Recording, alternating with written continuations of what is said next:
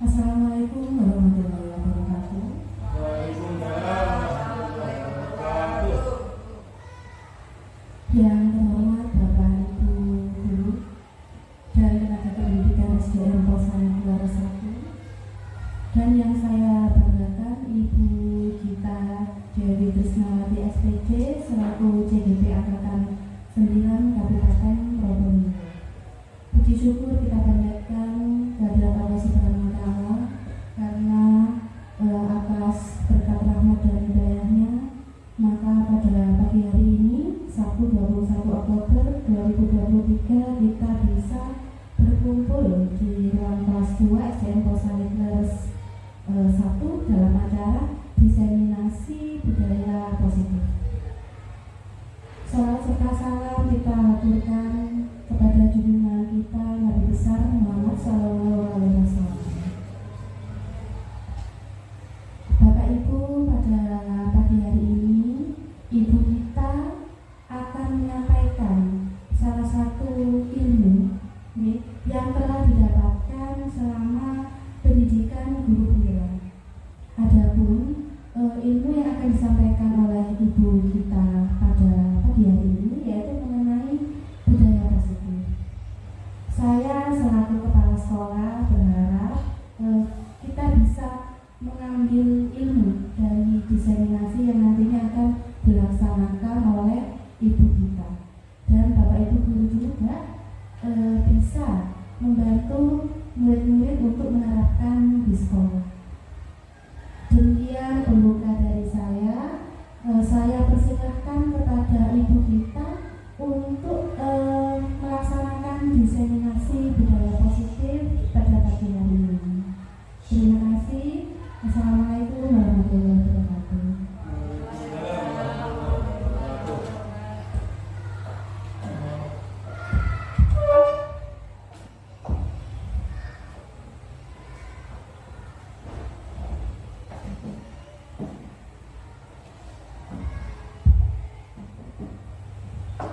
Bismillahirrahmanirrahim. Assalamualaikum warahmatullahi wabarakatuh.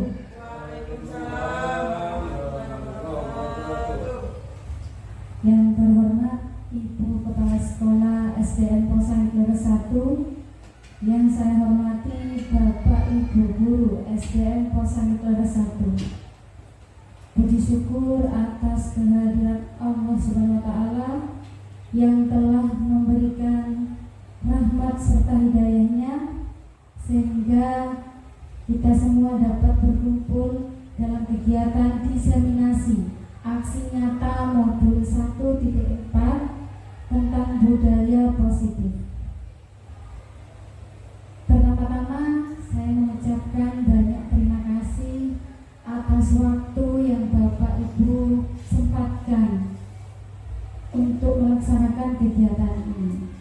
Bapak Ibu, sebelum kegiatan hari ini dimulai, mohon izin saya untuk melakukan briefing dulu ya. Mohon Bapak Ibu berdiri.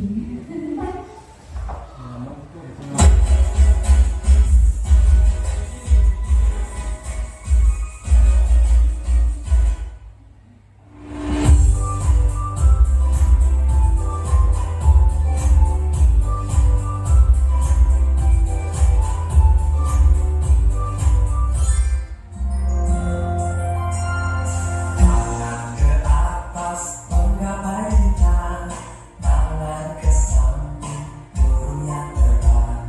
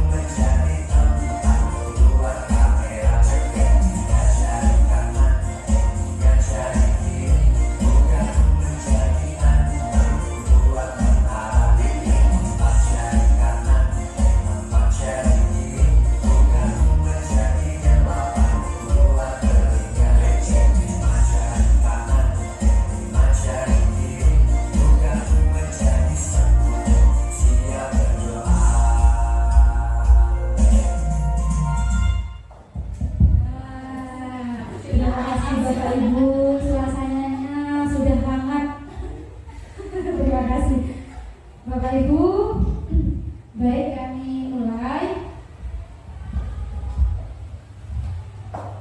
mengenai diseminasi aksi nyata modul 1 IDE 4 budaya positif. Mohon izin perkenalkan, saya Gita Dewi Trisnawati, CGP Angkatan 9 dari SDN Posan Kelas 1, Kecamatan Sumberasih, Kabupaten Probolinggo.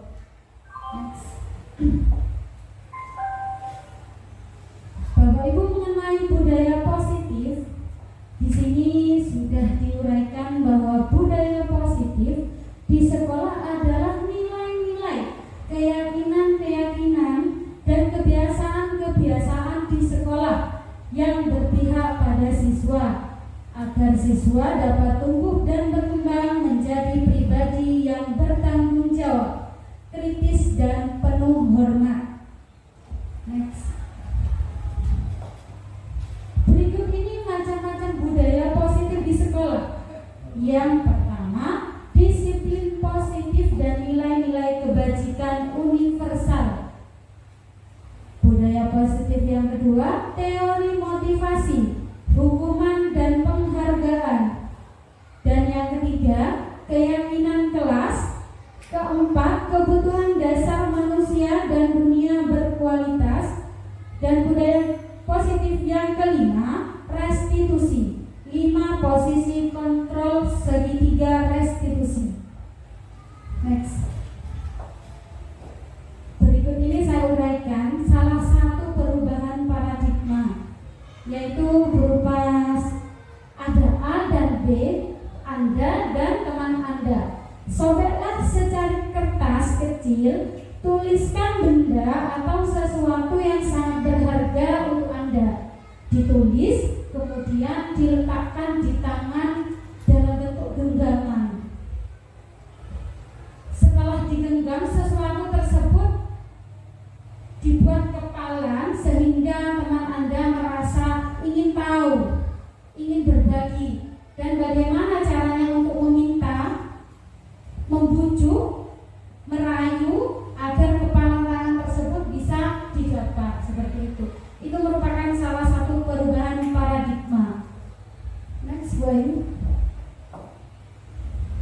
Di sini ilusi bahwa semua penguatan positif efektif dan bermanfaat. Penguatan positif atau bujukan adalah benda-benda kontrol. Segala usaha untuk mempengaruhi murid agar mengulangi suatu perilaku tertentu adalah suatu usaha untuk mengontrol murid tersebut dalam jangka waktu tertentu, sehingga anak tersebut menyadari dan akan mencoba untuk menolak bujukan kita, atau bisa menjadi murid tersebut menjadi bertanggung jawab dan mendapat itu tertutup ya, bawah tertutup ya, ini tertutup ya. Sehingga mereka menjadi tergantung pada pendapat sang guru untuk berusaha. Next, Bu Ayu. Perubahan paradigma stimulus respon, teori kontrol dan teori pilihan. Siapa sesungguhnya yang memilih kontrol? Yaitu stimulus respon dan teori kontrol. Di sini ada 1, 2, 3, 4, 5, 6. Ada 5 kategori. Yang pertama, kita mencoba mengubah orang agar berpandangan sama dengan kita. Itu termasuk stimulus respon. Namun di teori kontrolnya kita berusaha memahami pandangan orang lain tentang dunia. Jadi dari dua keterangan ini tidak sama. Yang satu yang dimaksud dengan stimulus respon, dan yang kedua yaitu teori kontrol. Dan yang kedua, perilaku buruk dilihat sebagai suatu kesalahan. Itu merupakan stimulus respon. Dan yang kedua, teori kontrol, semua perilaku memiliki tujuan. Jadi kalau teori kontrol itu memiliki tujuan, sedangkan stimulus respon cenderung ke suatu kesalahan, seperti itu. Dan yang ketiga,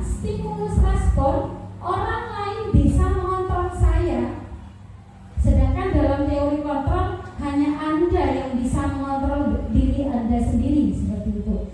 Stimulus respon yang keempat, saya bisa mengontrol orang lain. Sedangkan di teori Anda tidak bisa mengontrol orang lain. Dan stimulus respon yang kelima, pemaksaan Anda pada saat bujukan gagal. Dalam teori, kolaborasi dan konsensus menciptakan pilihan-pilihan baru. Dan stimulus yang terakhir, model berpikir menang atau kalah.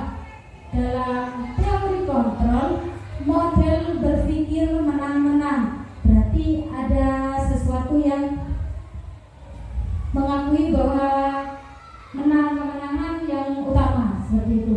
Jadi dari uraian tersebut dapat dibedakan antara stimulus respon dan teori kontrol. Baik, dilanjut. Disiplin positif dan nilai-nilai kebajikan universal. Monggo dilanjut. Di sini ada disiplin positif. Dari awal kita tadi budaya positif, dan yang kali ini disiplin positif. Kata disiplin juga sering dihubungkan dengan hukuman, padahal sesungguhnya berbeda. Karena disiplin positif tidak harus dengan memberikan hukuman. Justru ini merupakan salah satu kesalahan bagi seorang pendidik. Menurut Ki Hajar Dewantara, di mana ada kemerdekaan, disitulah harus ada disiplin yang kuat. Dan peraturan demikian itulah harus ada di dalam suasana yang merdeka. Jadi dari uraian Ki Hajar Dewantara sudah menyatakan di mana ada kemerdekaan, disitulah ada disiplin yang kuat. Sebagai pendidik, tujuan kita adalah menciptakan anak-anak yang memiliki disiplin diri sehingga mereka bisa berperilaku yang mengacu pada nilai-nilai kebajikan universal. Nilai-nilai kebajikan universal. Nah, kali ini nilai-nilai apa sih nilai-nilai kebajikan universal itu? Nah, maka kita belajar bersama. Nilai-nilai kebajikan adalah sifat-sifat positif manusia yang merupakan tujuan mulia yang ingin dicapai setiap individu. Nah, beberapa suatu organisasi pendidikan memiliki nilai-nilai kebajikan. Salah satunya yaitu harus memiliki profil pelajar Pancasila. Seperti lagu yang sebelumnya sudah dibiasakan sebelum pembuka pembelajaran, anak-anak diajak bernyanyi profil pelajar Pancasila, di mana di profil itu sudah mengandung beriman, bertakwa kepada Tuhan Yang Maha Esa dan berakhlak mulia, memiliki mandiri, berkarakter kritis dan berkebinekaan global, gotong royong serta kreatif. Next. Teori motivasi hubungan dan penghargaan.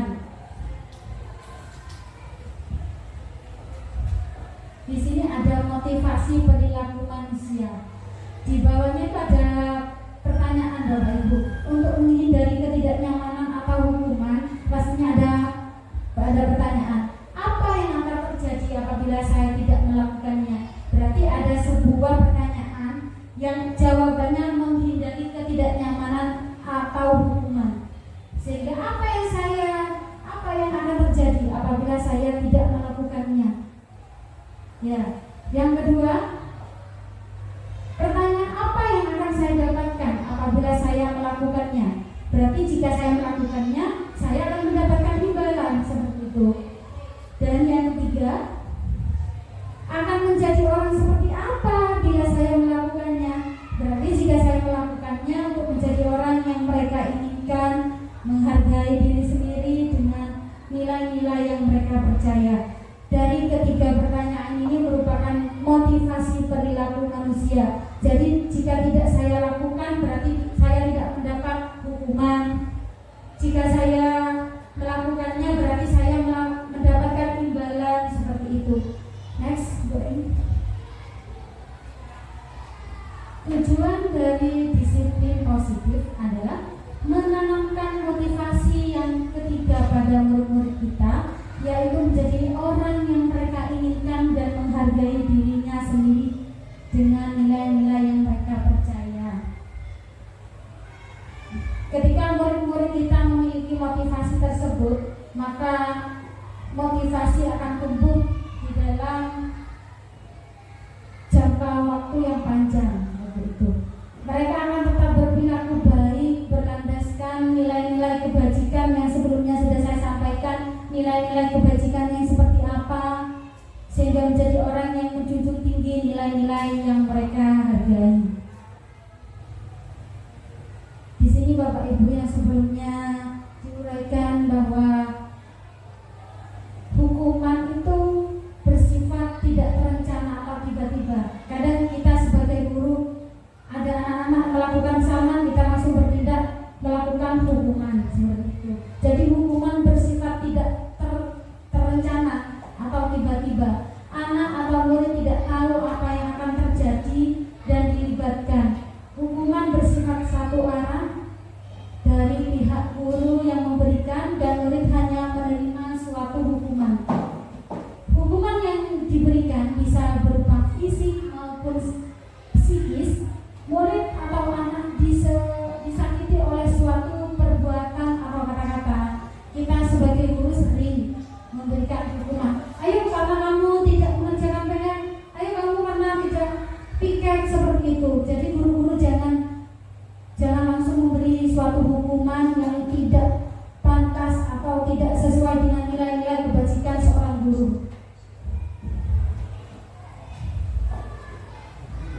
Next slide.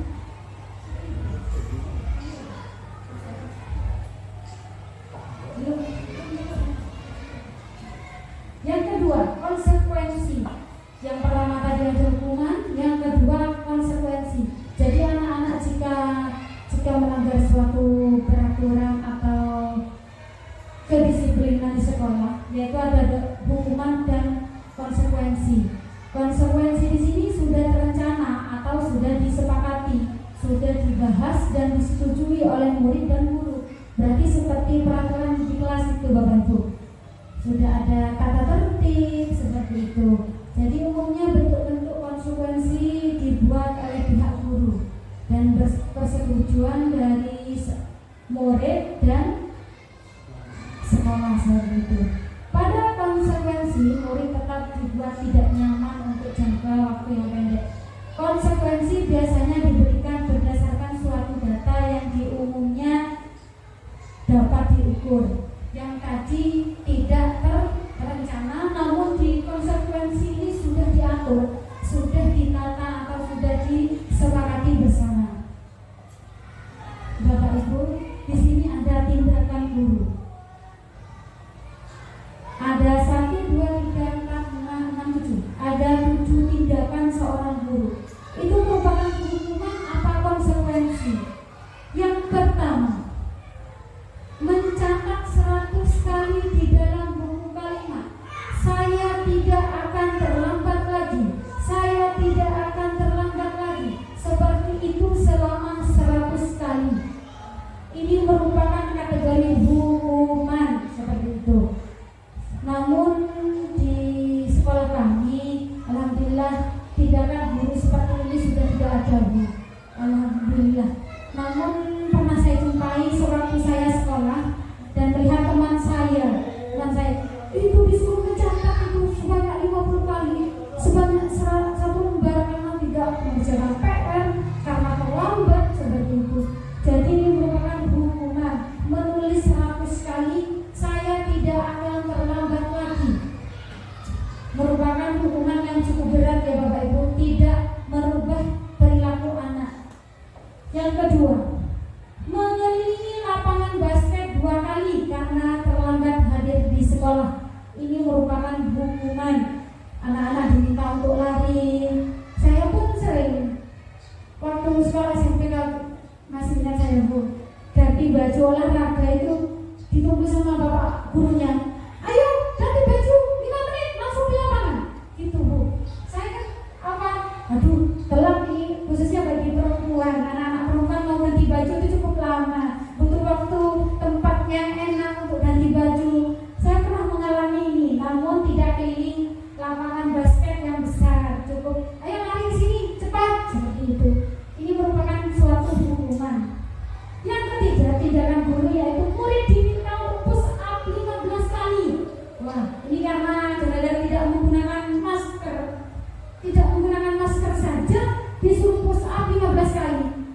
ini merupakan suatu hukuman, tindakan guru yang kurang efektif seperti itu. Tindakan yang selanjutnya menggantikan kertas tugas teman yang telah dicoret-coret. Ini bukan suatu hukuman, melainkan konsekuensi. Yang kelima, membersihkan tumpahan air di meja tulis karena tersenggol pada saat belajar. Nah, ini termasuk konsekuensi, bukan hukuman. Yang keenam, murid disuruh untuk tidak menggunakan sepatu seharian karena sepatunya warnanya tidak sesuai, karena tidak hitam seperti itu. Anak-anak tidak boleh pakai sepatu sudah seharian. Nah, ini merupakan hukuman yang tidak benar atau tidak sesuai seperti itu. Jadi anak-anak walaupun tidak menggunakan seragam warna hitam, tetap kita memberikan berupa konsekuensi yang benar seperti itu. Dan yang terakhir, mengelilingi lapangan basket 2 kali karena terlambat 10 menit untuk pelajaran PJOK. Nah, ini cukup berhubungan seperti yang awalnya, bahwa ini berhubungan dengan mata pelajaran PJOK, yaitu terlambat selama 10 menit, maka gurunya melakukan tindakan mengelilingi lapangan basket sebanyak 2 kali. Seperti itu merupakan konsekuensi. Berikut ini pembedaan hukuman dan konsekuensi. Ini terdapat banyak macam mengenai hukuman dan konsekuensi. Yang pertama itu sesuatu yang menyakitkan harus terjadi.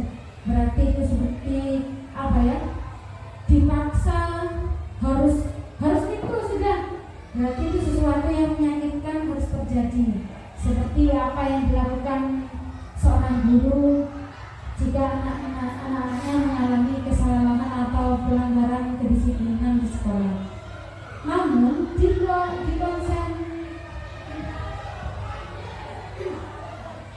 konsekuensi sesuatu harus terjadi. Nah, berarti beda ya. Yang satunya itu menyakitkan, yang satunya itu sesuatu yang harus terjadi. Hukuman yang kedua, membuat anak sakit fisik maupun hati dalam jangka waktu yang lama. Seperti perilaku tindakan guru yang sebelumnya itu menyuruh anak untuk mengelilingi lapangan. Berarti kan dia sudah mengalami fisik maupun hatinya sudah sakit. Aduh, sama bu guru saya disuruh mengelilingi lapangan. Perasaannya sudah sakit, sudah luka sepertinya seperti itu. Jadi dalam konsekuensi anak merasa tidak nyaman dalam jangka waktu pendek. Berarti ada sesuatu yang berbeda dari hukuman dan konsekuensi. Hukuman yang ketiga, anak membenci kedisiplinan. Nah, dalam konsekuensi anak menghargai disiplin. Dalam hukuman selanjutnya di situ hukuman itu melakukan paksaan seperti itu. Dalam konsekuensi melakukan stimul atau tanggapan. Jadi tanggapannya berbeda antara hukuman dan konsekuensi. Yang kelima, mendorong anak menyakiti dirinya sendiri. Nah, sehingga dari berbagai pelanggaran yang sudah dilakukan dalam konsen mendorong anak agar mudah menyesuaikan diri. Yang keenam, konsep diri yang buruk. Namun dalam konsep diri yang baik. Dalam hukuman, anak belajar untuk menyembunyikan kesalahan. Dari berbagai kesalahan anak, berarti anak-anak mencoba untuk menyembunyikan kesalahan. Dan selanjutnya anak belajar untuk mematuhi peraturan. Berarti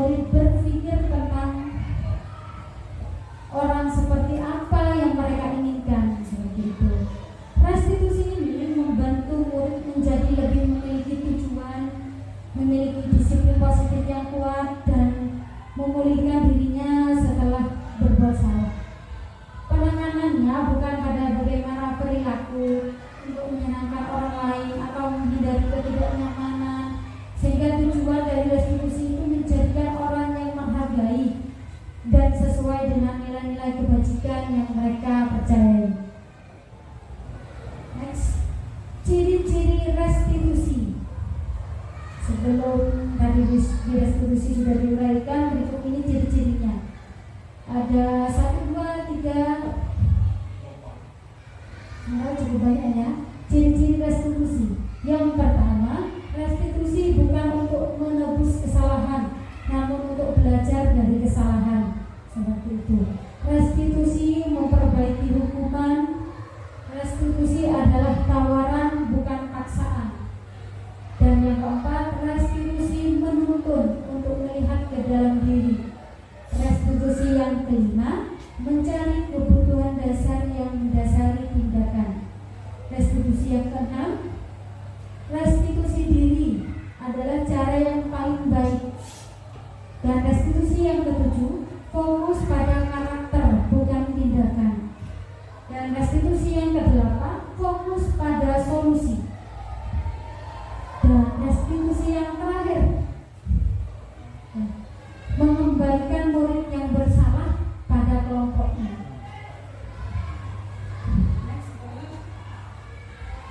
Di sini berikut identitas gagal hukuman, identitas yang sukses. Ya, yang pertama di situ itu ada konsekuensi atau restitusi. Masuk ke dalam konsekuensi atau restitusi. Hukuman, sesuatu yang menyakitkan harus terjadi. Namun di konsekuensi sesuatu harus terjadi. Seperti yang sudah diuraikan sebelumnya, bahwa restitusi merupakan pilihan. Yang kedua, tidak nyaman untuk murid. Dalam konsekuensi tidak nyaman untuk murid untuk jangka waktu yang pendek. Dalam restitusi menguatkan untuk murid atau anak dalam jangka waktu yang panjang. Dan hukuman yang ketiga, korban mendapatkan keadilan.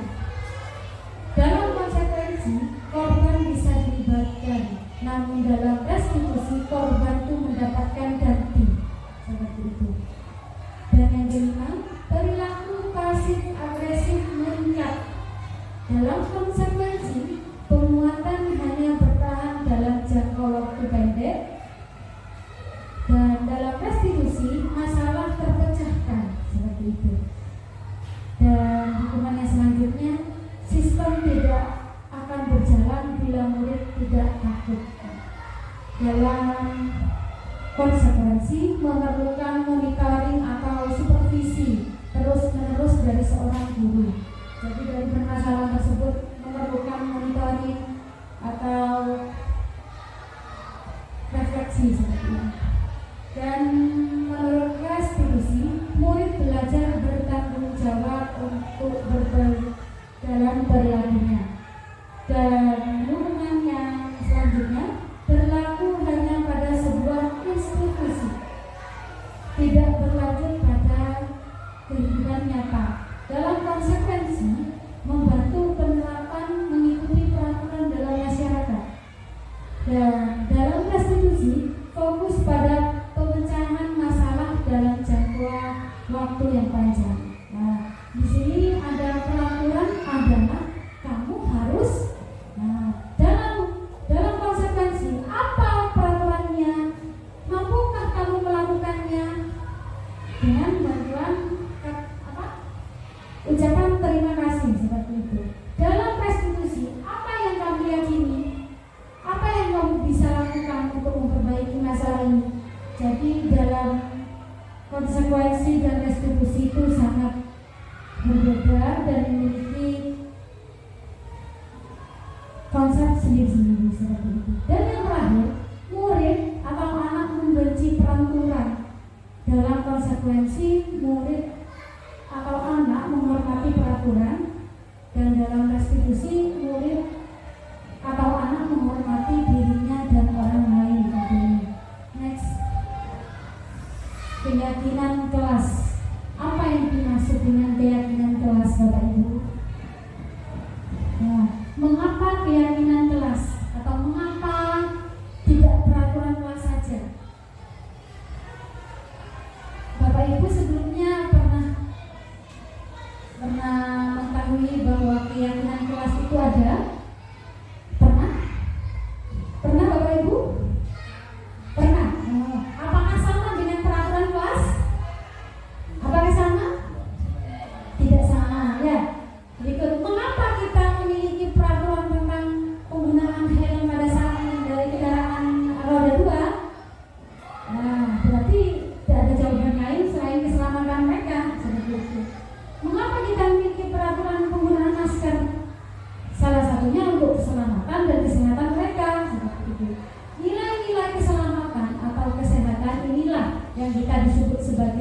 keyakinan, yaitu nilai-nilai kebajikan universal yang disepakati secara tersirat dan tersirat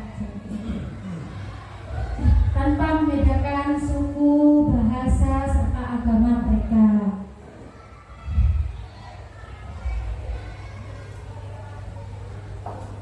Nah, di sini seperti ada tahapannya. Yang ungu itu peraturan kelas, nah, yang hijau ada keyakinan kelas, ada lingkungan positif, baru akan terwujud suatu budaya yang positif.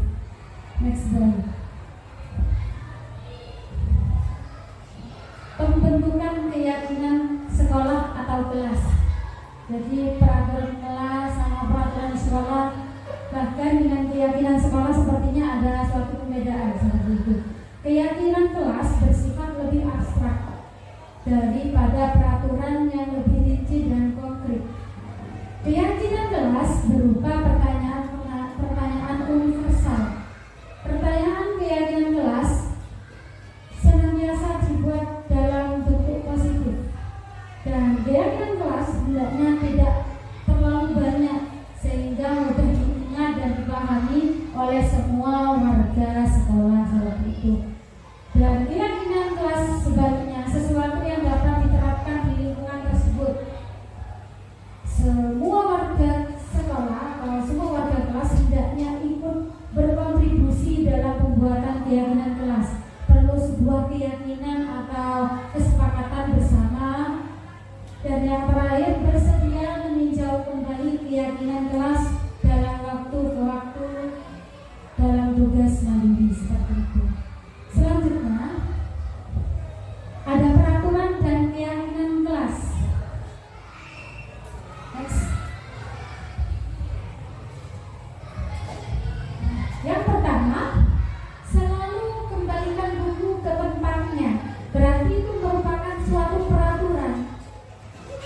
Di dalam keyakinan kelas, mengembalikan buku pada tempatnya itu merupakan tanggung jawab seperti itu. Yang kedua, dilarang mengganggu orang lain. Nah, di dalam keyakinan kelas bahwa mengganggu orang lain itu artinya menghormati orang lain seperti itu. Hadir di sekolah 15 menit sebelum pembelajaran dimulai. Keyakinan kelasnya menghormati orang lain dan berkomitmen. Peraturan selanjutnya, dilarang melakukan kekerasan. Berarti keyakinan kelasnya keselamatan dan menghormati orang lain. Selanjutnya, dilarang menggunakan narkoba. Berarti itu menjaga kesehatan. Berarti keyakinan kelasnya itu kesehatan. Selanjutnya, bergantian atau menunggu giliran. Berarti jika menunggu giliran, menunggu antrian, keyakinan kelasnya termasuk dalam menghormati orang lain. Dan peraturan selanjutnya, gunakan masker dengan benar atau ketika sakit atau kesehatannya terganggu, maka gunakan masker. Itu peraturannya. Namun dalam keyakinan kelas, menggunakan masker itu termasuk kesehatan dan keselamatan, kesehatan dirinya dan keselamatan dirinya sendiri serta teman-teman mereka. Dan yang terakhir, jangan berlari di kelas atau koridor. Ya, berarti dari peraturan tersebut merupakan keselamatan dan keamanan suatu kelas sehingga terciptanya keyakinan kelas yang efektif. Next, kebutuhan dasar manusia dan manusia berkualitas. Nah, next, kebutuhan dasar manusia. Yang pertama, kebutuhan untuk bertahan hidup. Jadi semua manusia itu memiliki kebutuhan untuk bertahan hidup. Yang kedua, kebutuhan kasih sayang dan rasa diterima. Semua pasti memiliki rasa kasih sayang, butuh kasih sayang dari seorang guru, dari teman, dari keluarga. Yang ketiga, kebebasan. Dan yang kelima, kebutuhan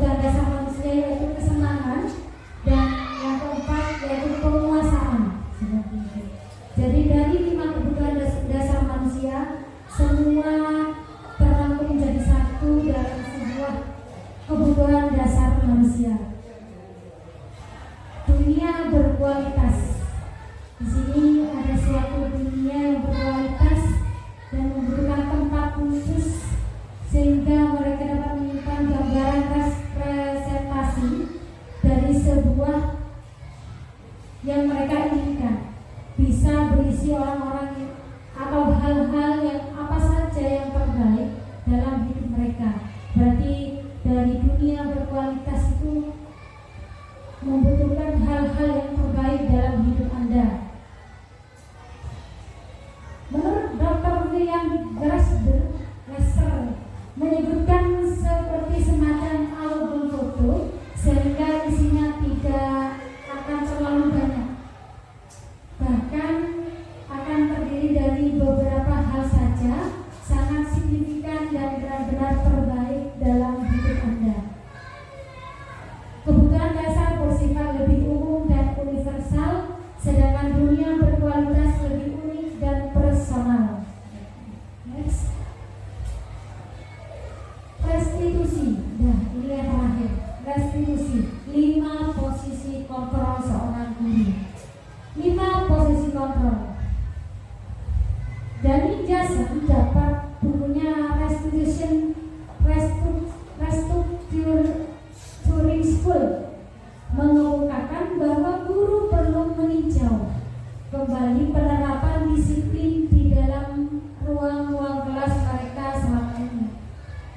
Menurut serangkaian riset berdasarkan teori, dapat disimpulkan bahwa ada 5 posisi kontrol yang diterapkan seorang guru, orang tua, maupun atasan dalam melakukan sebuah tindakan.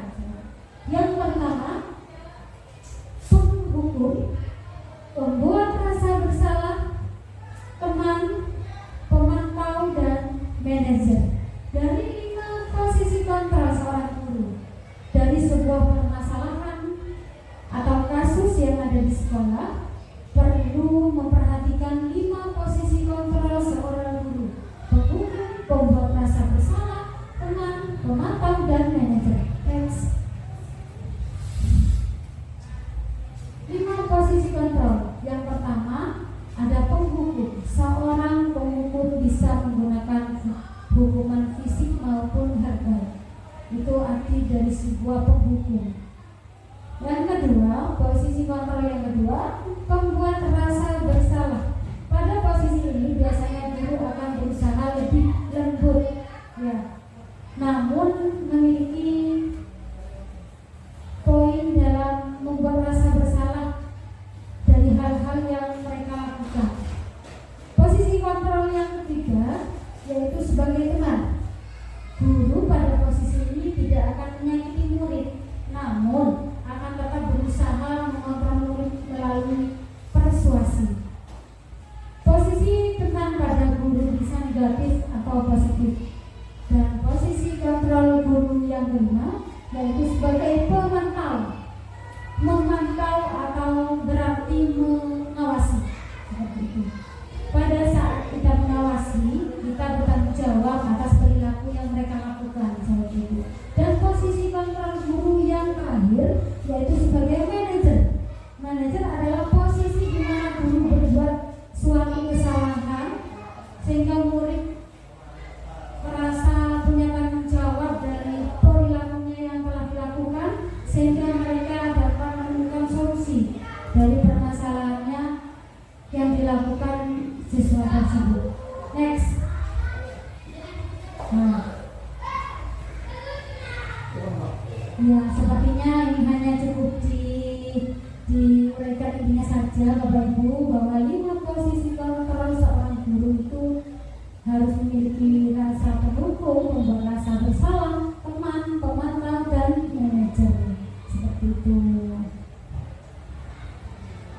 Ya, tidak perlu sudah Bu Ayu, monggo dilanjut. Jadi inti dari 5 posisi kontrol seorang guru itu harus memiliki pemantau, pembuat rasa bersalah, sebagai teman, sebagai ya, Seperti itu. Bisa diulang Pak Yu? Atas. Nah, manajernya ketinggalan Bapak Ibu ya. Jadi kita sebagai guru harus memperhatikan 5 posisi kontrol, yaitu penghukum, pembuat rasa bersalah, teman, pemantau, dan manajer. Nah, jangan lupa manajernya. Next, Bayu. Nah, di sini ada pertanyaan, 5 pertanyaan. Saya kecewa sekali dengan kamu. Nah, sesuai dengan ucapannya, siapa yang mengatakan? Berarti seseorang yang membuat orang merasa bersalah. Saya kecewa sekali sama kamu. Nah, seperti itu. Saya kecewa sekali dengan kamu. Jadi dari kata-kata seorang guru seperti itu, berarti seorang guru berada di posisi kontrol yang membuat orang merasa bersalah. Seperti itu. Kadang-kadang ada seorang guru, kamu biasanya kamu enak, sekarang seperti ini, kecewa Bu Guru. Nah, seperti itu. Berarti posisi kontrol seorang guru berada di pembuat orang merasa bersalah. Dan pertanyaan yang kedua, kamu tidak pernah benar melakukannya, berarti penghukum sepertinya. Masa salah-salah terus kan seperti itu? Ya, tidak pernah benar, pokoknya kecewa istilahnya. Jadi ini seorang posisi guru yang penghukum seperti itu. Yang ketiga, ayolah lakukan demi Bapak Ibu, berarti seperti posisi kontrol seorang teman, berarti menganggap anak-anak itu sebagai teman. Ayo lakukan demi Bapak Ibu seperti itu. Dan pertanyaan yang selanjutnya, apakah kamu mau mendapatkan stiker bintang hari ini? Nah, siapa yang tidak mau? Nah, berarti kan harus seorang guru harus memantau apa yang dilakukan mereka, hal-hal apa saja yang mereka lakukan seperti itu. Berarti seorang guru harus mematuhi posisi kontrol yang memantau seperti itu. Pertanyaan selanjutnya, bagaimana kamu bisa menyelesaikan masalah ini? Nah, berarti seorang guru butuh posisi sebagai manajer. Nah, bagaimana kamu bisa menyelesaikan permasalahan ini? Berarti butuh penyesuaian bersama, pemecahan masalahnya bersama kepala sekolah, bersama rekan sejawat, atau orang tua. Dan pertanyaan yang terakhir, kamu selalu yang paling terakhir. Wah, dari anak-anak kamu selalu yang paling terakhir. Nah, kelihatan, ya, Rian. Di kelas 1 tuh masih calon. Nah, dari posisi kontrol seorang guru itu sebagai penghukum di sini, sama seperti kamu tidak pernah benar melakukannya. Nah, seperti itu. Next, restitusi, yaitu segitiga restitusi. Nah, mari kita belajar bersama apa segitiga restitusi itu. Segitiga restitusi yaitu merancang sebuah tahapan untuk memudahkan para guru dan orang tua dalam melakukan proses untuk menyiapkan anaknya untuk melakukan restitusi, bernama segitiga restitusi. Next, tahapan segitiga restitusi yaitu ada tiga langkah. Yang pertama, menstabilkan identitas. Jadi di dalam teori kontrolnya itu kita semua akan melakukan hal terbaik yang bisa kita lakukan. Dan yang kedua, memvalidasi tindakan yang salah. Apa tindakan mereka yang salah? Berarti teori kontrolnya semua perilaku memiliki alasan. Yang ketiga, langkah yang ketiga, menanyakan keyakinan. Dari 3 langkah tersebut kita semua memiliki motivasi internal, sehingga dari berbagai tahapan dari segitiga restitusi ini bisa terpecahkan atau terselesaikan. Next.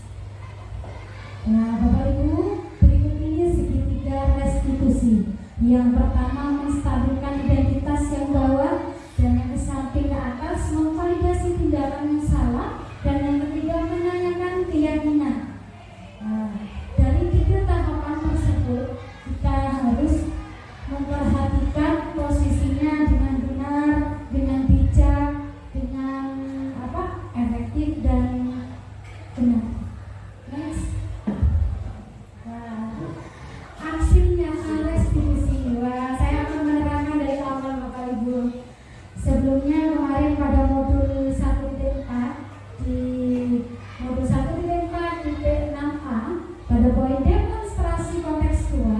Di situ saya mencari 2 kasus.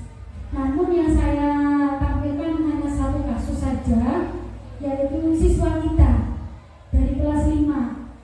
Siapa Bapak Ibu?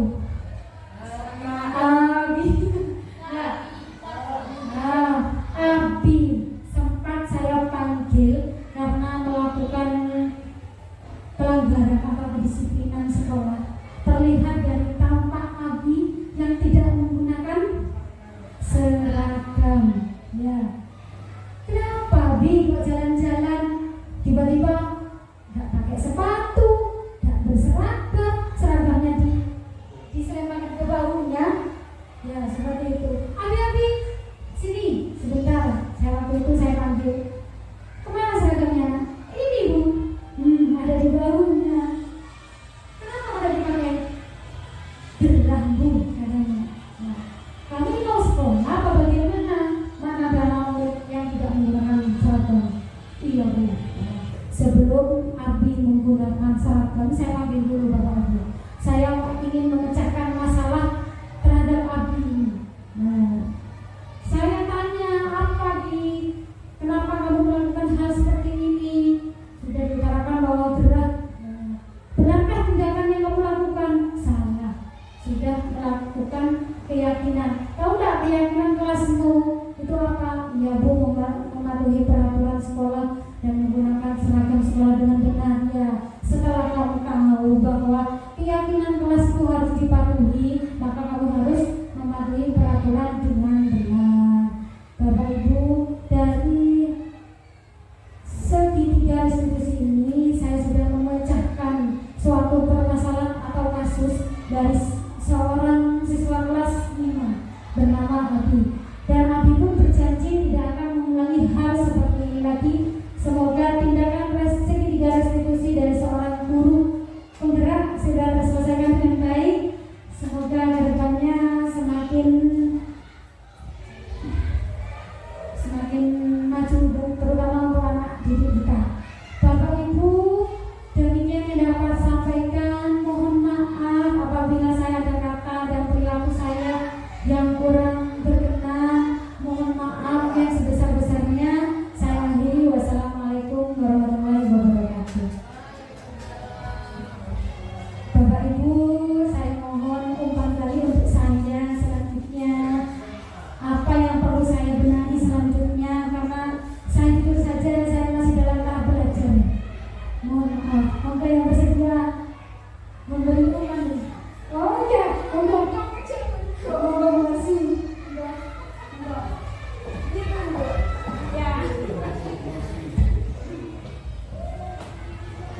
Assalamualaikum warahmatullahi wabarakatuh.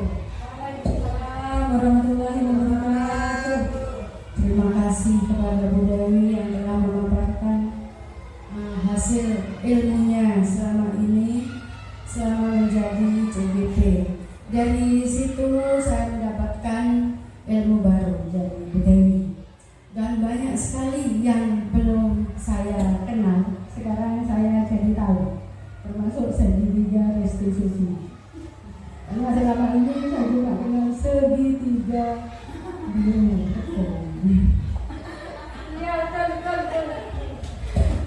Kemudian saya harapkan untuk selanjutnya kepada Bu Dewi untuk menularkan kepada teman-teman. Kalau seperti saya kepada Pak Tahir tak didengarkan nggak apa-apa. Menular sendiri insya Allah.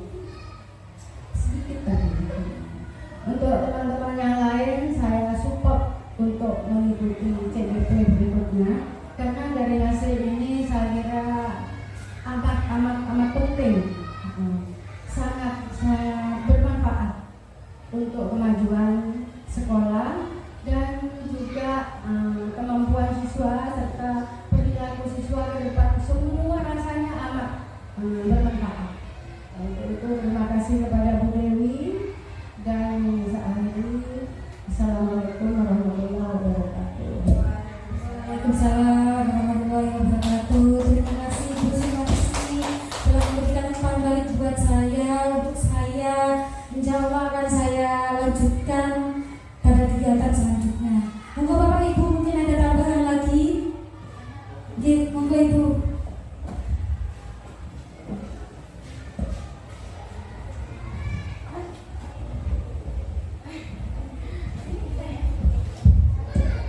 Terima kasih Bu Gita atas pemaparan mengenai budaya positif barusan. Sangat menarik sekali. Saking menariknya saya tidak mengantuk sama sekali. Dari awal sampai akhir saya menyimak sambil menuliskan beberapa catatan yang sekiranya nanti akan saya ingat-ingat agar budaya positif ini bisa selalu atau bisa mulai diterapkan, benar-benar diterapkan di SDN Posani Kelapa 1. Di antaranya yang pertama yang saya yang menarik buat saya yaitu penguatan, mengenai penguatan positif tidak selalu berdampak positif pada siswa. Tadi Bu Gita sempat menyebutkan kalau penguatan positif terlalu sering diberikan, maka siswa itu akan merasa tergantung dengan gurunya. Begitu ya Bu Gita. Mungkin sesekali jadi bisa diberi penguatan yang positif, namun kita juga perlu mempertimbangkan waktu dan situasinya seperti itu ya Bapak Ibu. Kemudian yang kedua yaitu mengenai kita sebagai pendidik itu harus mencoba memahami motivasi apa yang mendasari perilaku setiap murid. Jadi anak-anak itu nakal, kemudian anak-anak sibuk sendiri di kelas pasti karena ada kebutuhan yang belum terpenuhi. Itu yang bisa saya simpulkan. Kita sebagai pendidik harus mencari tahu kira-kira kebutuhan apa yang belum terpenuhi. Kemudian berikutnya yaitu alhamdulillah seperti yang diinformasikan oleh Bu Gita tadi, hukuman sudah tidak diterapkan lagi di SDN Posani Kelapa 1. Jadi kita beralih ke konsekuensi dan restitusi. Beralih ke konsekuensi dan restitusi agar anak-anak itu bisa memperbaiki dirinya sendiri dan kembali ke kelompoknya. Kemudian mengenai posisi kontrol, tadi ada 5 yang disebutkan. Yang paling menarik buat saya yaitu guru sebagai manajer. Jadi kita mungkin bisa bergeser sedikit demi sedikit karena hukuman sudah tidak diterapkan. Kita jangan sampai menjadi pendidik yang berposisi sebagai penghukum lagi. Gitu. Jadi sebisa mungkin kita bersama-sama belajar bareng kita untuk bisa meningkatkan well-being guru dan well-being murid kita semua di sini. Saya harapkan nantinya ke depannya Bu Gita selalu menularkan ilmu-ilmu yang didapat dalam program guru penggerak ini. Jadi kita bisa sama-sama berkembang bersama. Begitu Bu Gita. Demikian, terima kasih. Assalamualaikum warahmatullahi wabarakatuh. Waalaikumsalam warahmatullahi wabarakatuh. Alhamdulillah bisa, terima kasih Ibu Kepala Sekolah yang memberikan umpan balik atau refleksi untuk kita sehingga kita bisa menjadi guru yang profesional dan sesuai dengan nilai-nilai kebijakan universal. Demikian Bapak Ibu kegiatan